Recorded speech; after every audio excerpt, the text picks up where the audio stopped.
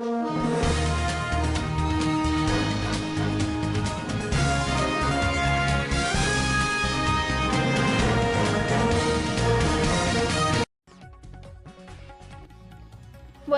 पाटील घराण्याची चौथी पिढी राजकारणात, सांगली महापालिका निवडणूक, सांगलीच्या राजकारणात पुन्हा एकदा इतिहास घडतोय। वसंतदादा पाटील घराण्याची चौथी पिढी राजकारणात दाखल होतीये। सांगली महापालिका निवडणुकीत प्रभाग क्रमांक 11 मधील लढत संपूर्ण जिल्ह्याचं लक्ष वेधून घेत आहे। माजी मुख्यमंत्री वसंतदादा पाटील यांचे पणतू आणि खासदार विशाल पाटील यांचे पुतणे हर्षवर्धन पाटील यांचा राजकारणातील हा पहिलाच प्रवेश आहे।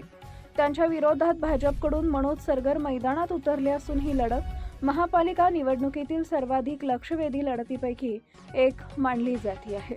महाराष्ट्राच्या राजकारणात वसंतदादा बंडूजी पाटील यांचे नाव सुवर्णाक्षरांनी लिहिलं गेलंय। स्वातंत्र्य सैनिक, क्रांतिकारक, सहकार चळवळीचे शिल्पकार, प्रभावी मुख्यमंत्री असा त्यांचा राजकीय प्रवास थक्क करणारा होता। 1977 ते 1985 या काळात वसंतदादा 4 वेळा महाराष्ट्राचे मुख्यमंत्री झाले। त्यांनी सुमारे 4 वर्ष राज्याचं नेतृत्व केलं। ते राजस्थानचे राज्यपालही राहिले। 1972 मध्ये मंत्री तर स्वतंत्र भारतातील पहिल्याच निवडणुकीत सांगलीतून आमदार म्हणून निवडून आले।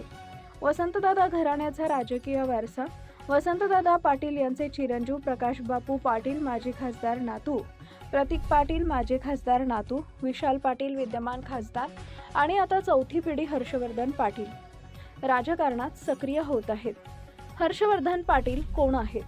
माजी केंद्रीय मंत्री प्रतीक पाटील यांचे चिरंजीव असलेले हर्षवर्धन पाटील उच्च शिक्षित आहेत।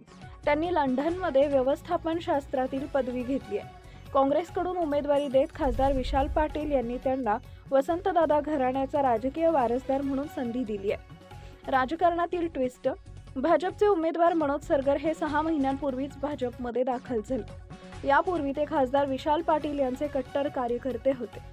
विशेष म्हणजे मागील निवडणुकीत त्यांनी काँग्रेसकडून विजय मिळवला होता।